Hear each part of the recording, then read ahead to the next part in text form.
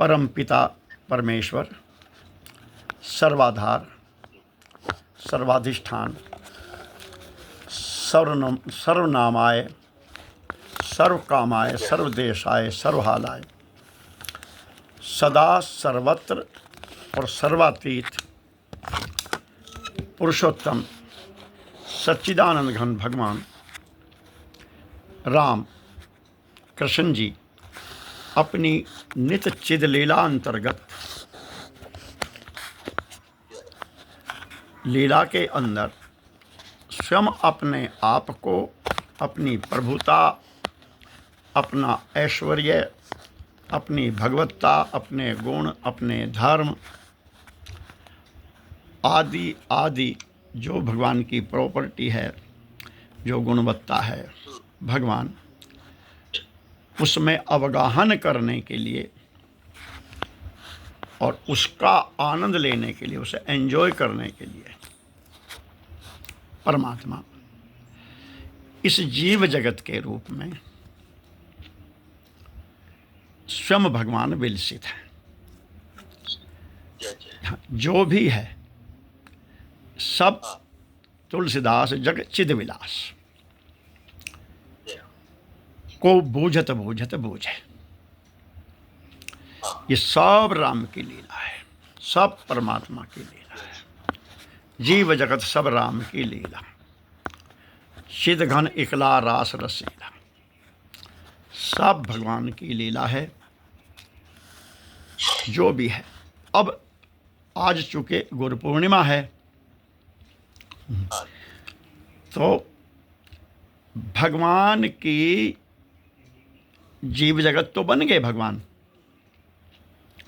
सब रूपों सब के रूप में बन गए और खुद ही बने, सब कुछ बन गए। आप अकेले नाम धरो संसार।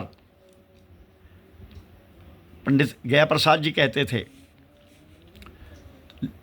लेकिन इसमें जीवों पर दया करने के लिए, अपनी अहमियति पर ही दया करने के लिए, जैसे आप स्वप्न में किसी स्वप्न पात्र पर दया करें, आप स्वप्न दृष्टा, तो उस पे जो आप कृपा करोगे स्वप्न दृष्टा, स्वप्न पुरुष पर या स्वप्न पात्र पर अपने स्वप्न में, तो उसका भी एक प्रक्रिया, सिस्टम, संविधान है।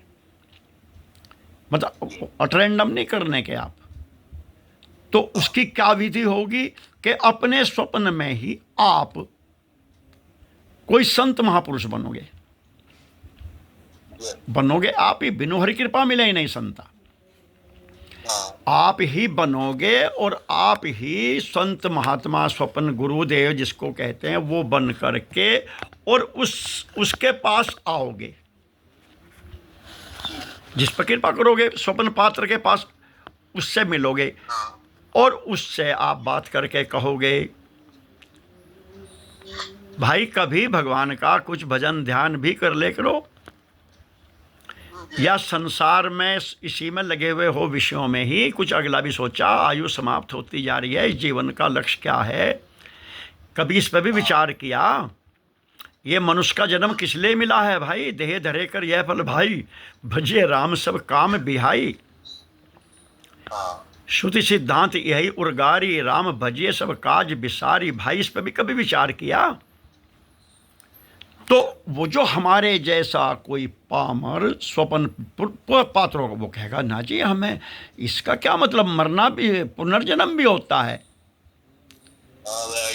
हमें तो आइडिया नहीं, कोई परलोक भी होते हैं, 84 लाख योनि भी होती हैं, कीड़े मकोड़े भी बनना पड़ेगा हमें, कि हाँ बनना पड़ेगा भाई। देवराज इंद्र तक रह करके ब्रह्मा आदि मच्छर तक बन जाते हैं, ये सब कर्मों का खेल है, अब भी संभल जाओ।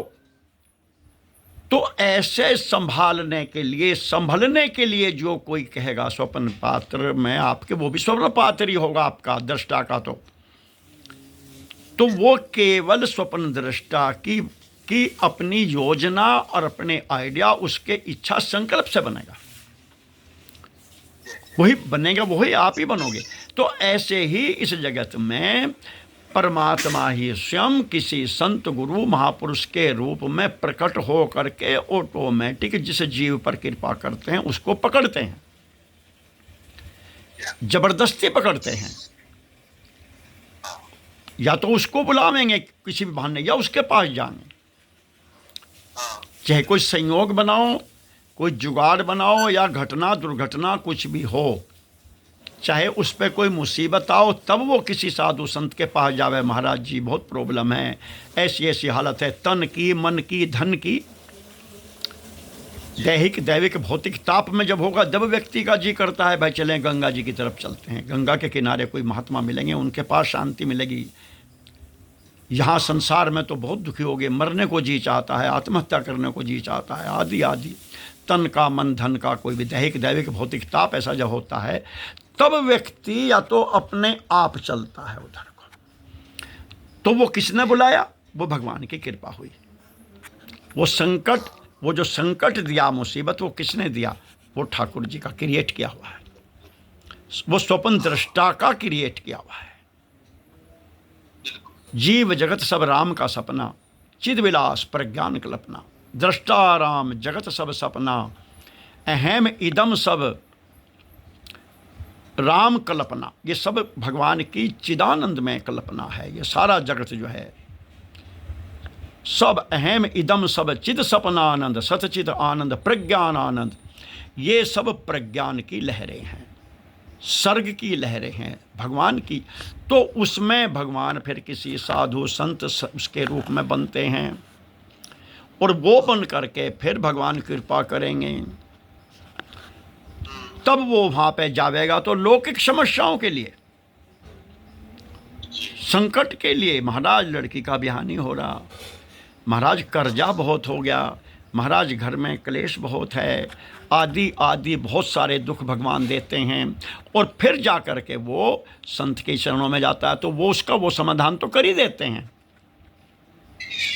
लेकिन उसके साथ साथ उसको वो भगवान नाम का भी जिक्र करते हैं, वहीं कुछ ज्ञान की वैराग्य की बात भी करते हैं। अगर उससे भी नहीं करेंगे तो उसके अलावा और जो बैठे हुए प्रबुद्ध सत्संगी ब्रह्मचारी महात्मा साधु और भी तो बैठे हुए हैं वहाँ पहले से ही, या भगवान बुला लेंगे तो वे आके तो फिर गुरुदेव के चरणों में दंडवत करके वे तो प्रश्न करेंगे परमार्थ के, महाराज जी क्या है यो, ईश्वर जीव माया प्रभु क्या हैं, सकल कहो समझाए, ईश्वर जीव भेद प्रभु सकल कहो समझाए, जाते हो चरण रति शोक मोह भ्रम जाए। तो वो तो कोई पूछ लेगा लक्ष्मण की तरह आकर के, हाँ। तो वो जो फिर हमारे जैसा दुखी होके गया वो भी सुनेगा, उसी का मना है कि तुम ये नहीं सुन सकते। तो वो कृपा होगी जब वो उसको सुनेगा, ओ मैं और मोर तोड़ते हैं माया, यही बस कीन है जीव निकाय। मेरे अंदर तो मेरी तो बहुत कठोर है, मैं तो अपने सामने किसी को समझता ही नहीं कुछ दुनिया में। अच्छा तो ये माया है, यही नचा रही है मुझको, मैं और मोर तोड़ते हैं माया, यही बस कीन जीव निकाया। अरे अभी तो सुनो, गो गो चर्चाएं लगी बन जाई, सो सब माया जाने ओ भाई, देखिए सुनिए गुनिए मन माही, मोह मूल परमार्थ नाई।